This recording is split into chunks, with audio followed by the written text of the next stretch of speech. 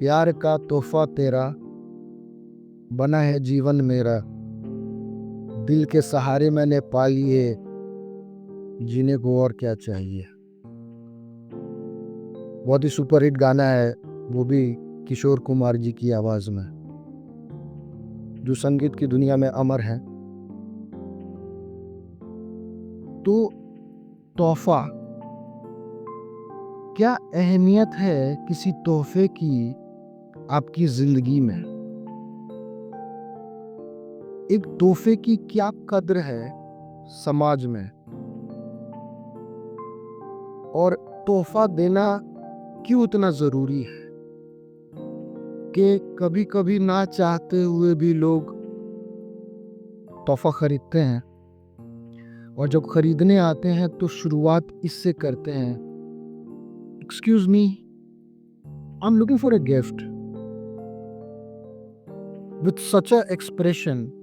उनकी ऐसी भावनात्मक प्रदर्शन रहता है उनके चेहरे पे, प्रतिक्रिया रहती है, जिससे आप ये अंदाजा लगा लेते हैं बेचने वाले को क्या मतलब कि आपको तोहफा देना है या क्या देना है, या खुद के लिए रखना है।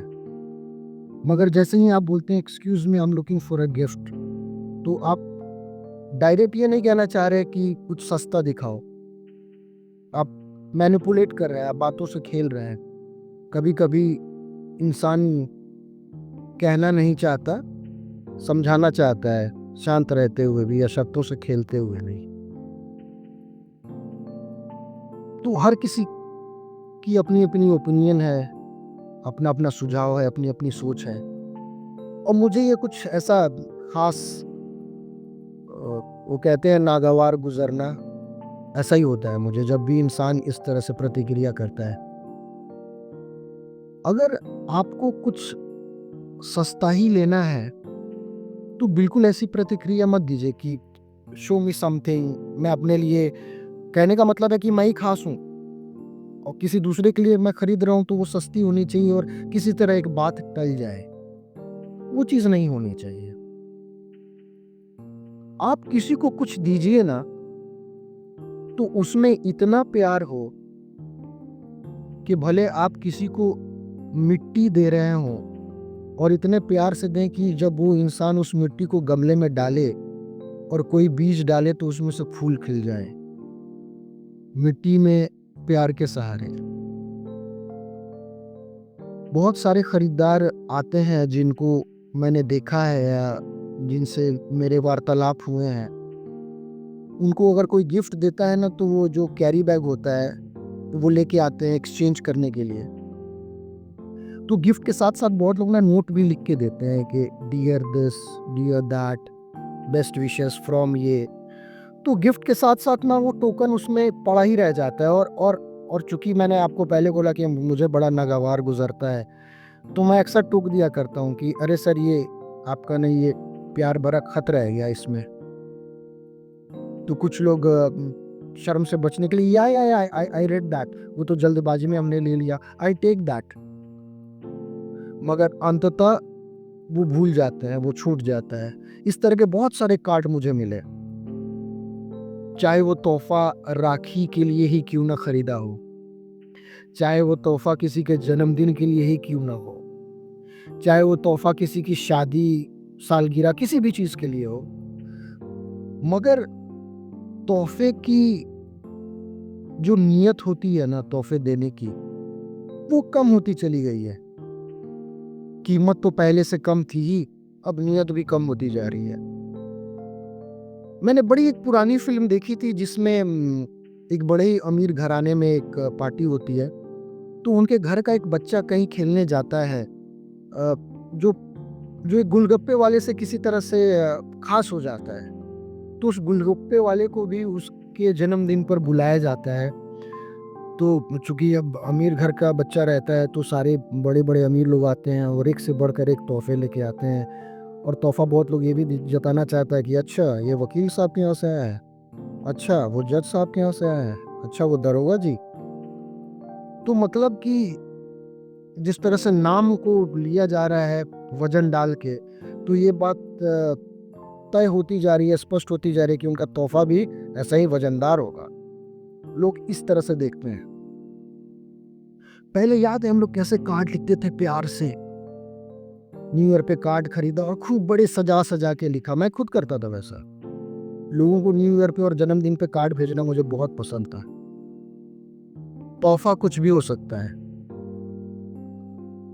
किसी का साथ, किसी का दिया हुआ समय,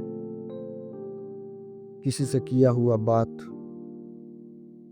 हो सकता है मेरे पास पैसा ज्यादा है तो पैसा देना आसान है, पर मेरे पास समय कम है और वो समय अगर मैं दे रहा हूं तो वही एक तोहफा है आपके लिए।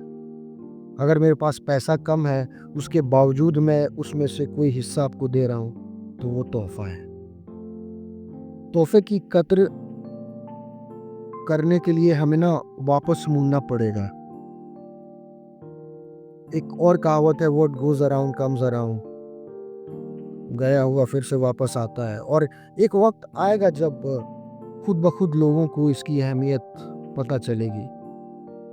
तो मैं तो शुरू से कभी भी किसी को कुछ भी तोहफे में दूंगा तो उसमें नियत बिल्कुल ऐसी रखूंगा कि चाहे वो कागज ही क्यों ना हो, कुछ भी हो, या मैं खड़ा ही क्यों ना हो गया किसी के साथ में, तो दिल से ही होऊंगा, नहीं तो नहीं होऊंगा।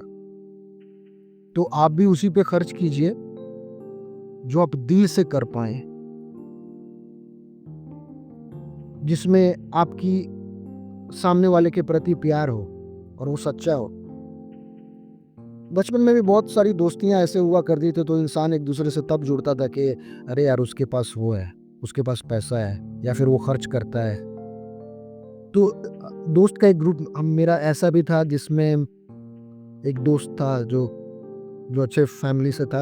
अच्छे फैमिली इन द सेंस के पैसे रहते थे उसके पास, पॉकेट मनी ज़्यादा रहते थे और वो खर्च करता था हम दोस्तों पे। शाम का नाश्ता हो गया या चाय पीने चले गए तो बिंदास बंदा बिल देता था। फिल्म भी दिखाया है। तो एक बार ऐसे ही आपस में बात चल रही थी, अरे यार वो भी हम लोग के पास आता है, या फिर सारे इसलिए जुड़ते हैं कि शायद तुम पैसा ज़्यादा खर्च करते हो। तो उसने बोला अरे यार जाने देना, अब मेरे पास दोस्त नहीं है, पैसा है। पैसा के बहाने ही अगर कोई दोस्ती दे रहा है तो दोनों का काम हो रहा है। उसको पैसा चाहिए, मैं खर्च कर रहा हूँ, मुझे दोस्ती चाहिए, दोस्ती मिल रही है। तो उन दोनों की नीयत अच्छी थी,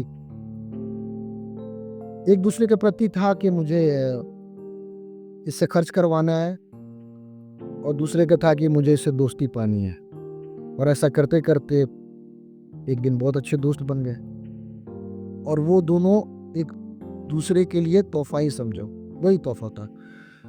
तो मैं यहीं पे विराम लूंगा कि कृपया आप तोहफे की नीयत देखिए, उसकी कीमत मत देखिए, क्योंकि हो सकता है सामने वाला पैसे के तौर पे आपके बराबरी का ना हो, मगर उसके दिल में आपके प्रति ढेर सारा प्यार, इज्जत और सम्मान हो। भले वो आपसे ओहदे में छोटा हो, मगर उसके दिल में प्यार ऐसा हो कि वो आपको ओहदे में अपने से ऊपर रखता। प्रणाम, नमस्कार, शुभ आशीर्वाद।